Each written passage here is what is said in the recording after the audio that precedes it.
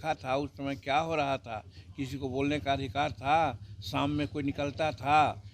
स्वर्गीय श्री कर्पूरी ठाकुर जी की जयंती पर नीतीश कुमार ने जो बातें कही हैं उसे लेकर सियासत होना शुरू हो गया है। आपको हम बता दें, जो लोग हैं वो कयास लगा रहे हैं कि नीतीश कुमार ने यह संकेत दे दिया है कि वो एनडीए में शामिल होने वाले हैं, महागठबंधन वो छोड़ देंगे।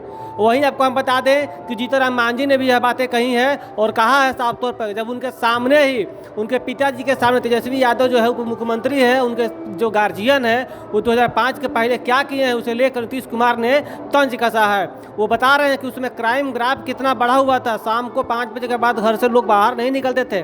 तो आइए देखिए जीतन मांझी को तमाम चीज़ों को लेकर किस तरह से वो समझा रहे हैं कि अब राजनीतिक माहौल किस तरह से बदलने वाला है। जो बयान उन्होंने दिया था कि खेला हो बे, उस पर उन्होंने सब कुछ क्लियर कर दिया है। आइए देखिए जीतन मांझी क्या कुछ बोल रहे हैं।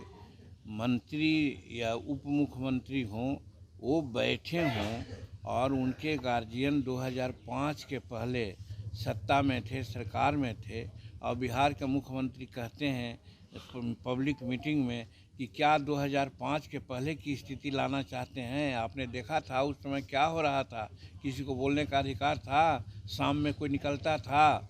तो इस तरह की बात होती है तो हम समझते बहुत अच्छा नहीं। दूसरी, अभी माननीय हमारे जननायक कर्पूरी ठाकुर जी को परिवार को आज भारत रत्न की उपाधि दी जा रही है। इसके लिए भारत सरकार को हम धन्यवाद देते हैं। ये एक बहुत अच्छा काम, सामाजिक न्याय का काम हुआ है।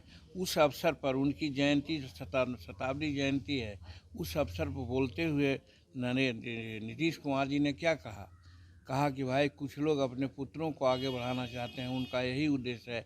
हमरा तो भाई कर्पूरी ठाकुर जी के चरण चिन्हों पर चलते हैं। उन्होंने अपने परिवार को नहीं बढ़ाया, हम अपने परिवार को नहीं बढ़ा रहे हैं। तो डायरेक्ट है कि वो कांग्रेस को कह रहे थे और राष्ट्रीय जनता दल को कह रहे थे। ऐसी परिस्थिति में आप समझते हैं कि एक होने की बात है क्या? इस आधार पर हम बोलते रहे हैं कि खेला।